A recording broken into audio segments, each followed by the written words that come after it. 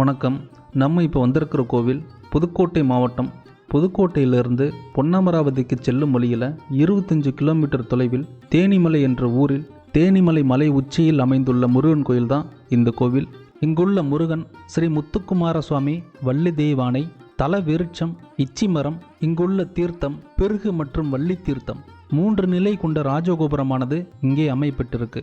இந்த தேனிமலை முருகனை தரிசிப்பதற்கு 260 படிக்கட்டுகளை கடந்து இந்த மலையின் உச்சிக்கு பயணிக்கணும். இந்த தேனிமலையின் அடிவாரத்தில் இடது பக்கத்தில் விநாயகர் சன்னதியானது அமைந்துள்ளது.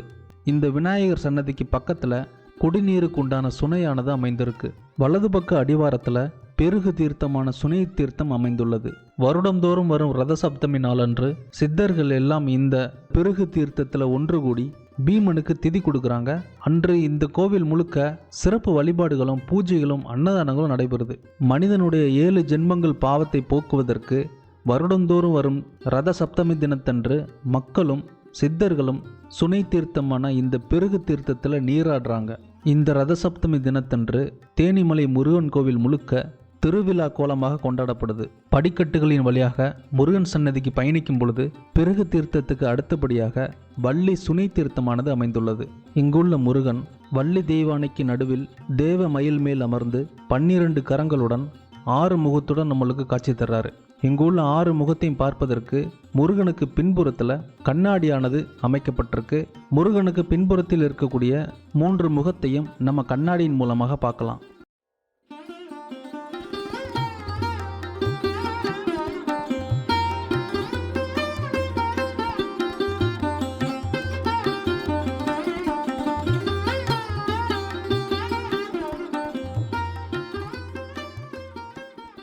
இந்த தேனிமலை கோவிலில் நீங்கள் படியேறும் பொழுது இந்த மலைக்கு வலதுபுறமாக பூச்சி மலையும் இடதுபுறமாக கழுத்து மலையும் அமைந்துள்ளது. இந்த கழுத்து மலையின் உள்ளே அடிவாரத்தில் ஒரு சுனையான குளமானது இருக்கு. அந்த குளத்தில் முருகன் வள்ளி தெய்வானையுடன் நீராடியதாகவும் சொல்லப்படுது. இங்குள்ள முருகன் மற்றும் வள்ளி தெய்வானைக்கு தேவேந்திரன் நேரடியாக வந்து தினை மாவுடன் தேனை கலந்து கொடுக்கும் பொழுது இந்த மலையின் மேல் தேன் சிந்தியதால இந்த மலைக்கு தேனிமலை அப்படின்னு பெயரானது.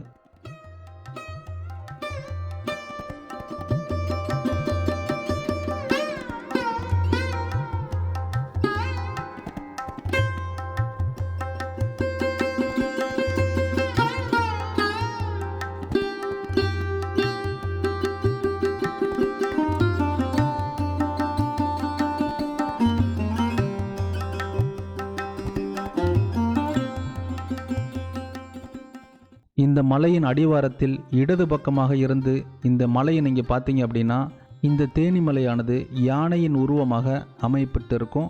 அந்த யானையின் தலை மேலே தான் முருகனுடைய ஆலயமானது அமையப்பட்டிருப்பதை நீங்கள் பார்க்கலாம். யானையுடைய துதிக்கையானது படிக்கட்டுகளாக அடிவாரம் வரைக்கும் வந்திருப்பதுடன் அந்த படிக்கட்டுகளின் வழியாக முருகன் சன்னதிக்கு மலையேறும் அமைப்பாக இந்த தேனிமலையானது அமைப்பெற்றிருக்கு. இந்த தேனிமலை முத்துக்குமார சுவாமி சன்னதியின் பின்புறமாக ஸ்ரீ காசி விஸ்வநாதர், விசாலாட்சி, ஸ்ரீ நாகர் சன்னதியானது அமைப்பெற்றிருக்கு.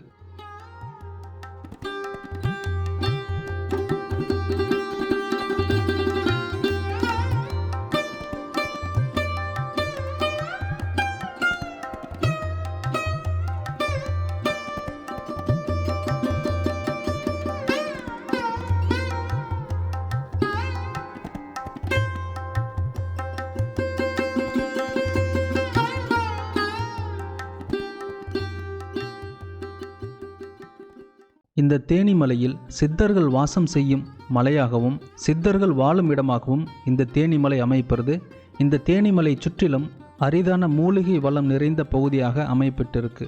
சஞ்சீவி மலையில் காணப்படும் அரிதான மூலிகைகள் இந்த மலையை சுற்றிலும் இருப்பதாக சொல்லப்படுது. ஒரு நாள் புதுக்கோட்டை மன்னருக்கு தீராத வயிற்று வலி என்பது ஏற்பட்டிருக்கு. இந்த வயிற்று வலியானது நீண்ட நாட்களாகியும் குணமாகலை. அதனால இந்த கோவிலுக்கு வழிபட வந்திருக்காரு. அப்பொழுது மாடு மேய்க்கும் ஒரு சிறுவன் இந்த மலையின் அடிவாரத்தில் உள்ள பெருகு தீர்த்தத்தை வேலுக்கு அபிஷேகம் செய்து குடித்தால் வயிற்று வலி குணமாகும் அப்படின்னு மன்னருக்கு அந்த சிறுவன் சொன்னதுனால மன்னரும் பெருகு தீர்த்தத்தை வேலுக்கு அபிஷேகம் செய்து இந்த பெருகு தீர்த்தத்தை பருகியிருக்காரு. அப்பொழுது மன்னருடைய வயிற்று வலியானது குணமாயிருக்கு. அதுக்கப்புறம் புதுக்கோட்டை மன்னரால் தேனிமலையின் உச்சியில் முருகன் ஆலயமானது எழுப்பப்பட்டது. அதற்கு முன்பாக இந்த மலையின் உச்சியில் வேல் வழிபாடு மட்டும்தான் இருந்தது. முருகன் ஆலயம் எழுப்பப்பட்ட பின்பு அந்த வேலினை தேனிமலைக்கு தென்கிழக்கு மூலையில் வைக்கப்பட்டிருக்கு.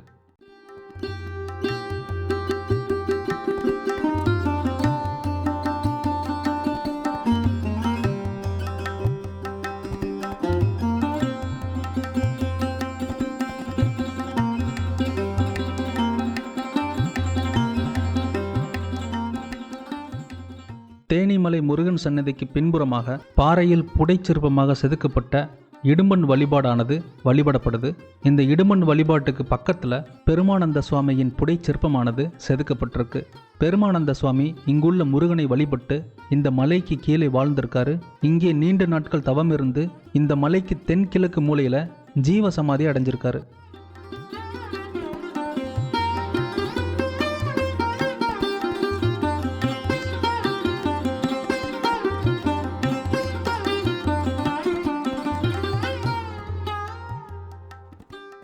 இந்த தேனி மலையில் சமணர்கள் சில காலங்கள் வாழ்ந்திருக்காங்க. இந்த தேனி மலைகள் சுற்றிலும் சமணர்கள் வாழ்ந்த இடமாக சமணர் படுக்கைகள், சமணர் பள்ளிகளானது அமைப்பட்டிருக்கு.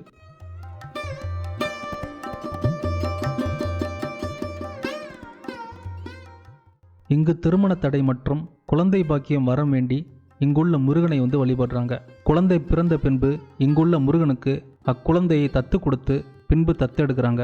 இங்குள்ள முருகனுக்கு கார்த்திகை தீபம், பங்குனி உத்திரம், வைகாசி விசாகம், தைப்பூசம் போன்ற தினங்களில் இங்குள்ள முருகனுக்கு சிறப்பு பூஜைகள் மற்றும் அலங்காரங்களானது நடத்தப்படுது. முருகன் இருக்கின்ற இடமெல்லாம் சித்தர்கள் வாசம் செய்வாங்க. அப்படிப்பட்ட இந்த தேனி மலையை சுற்றிலும் சித்தர்கள் இன்றளவும் வாழ்ந்து வர்றாங்க. இந்த தேனி மலையில் உள்ள அழகிய முத்துக்குமார சுவாமியை வழிபட்டால் அனைத்து ஐஸ்வர்யங்களும் கிடைக்கும் அப்படின்னு சொல்லப்படுது. எல்லோரும் இந்த தேனிமலை முருகனை வழிபடுங்க. மீண்டும் உங்களை நான் வேறொரு ஆலயத்தில் சந்திக்கிறேன். வீடியோ பிடிச்சிருந்தது அப்படின்னா சேனலை சப்ஸ்கிரைப் பண்ண மறந்துடாதீங்க. நன்றி, வணக்கம்.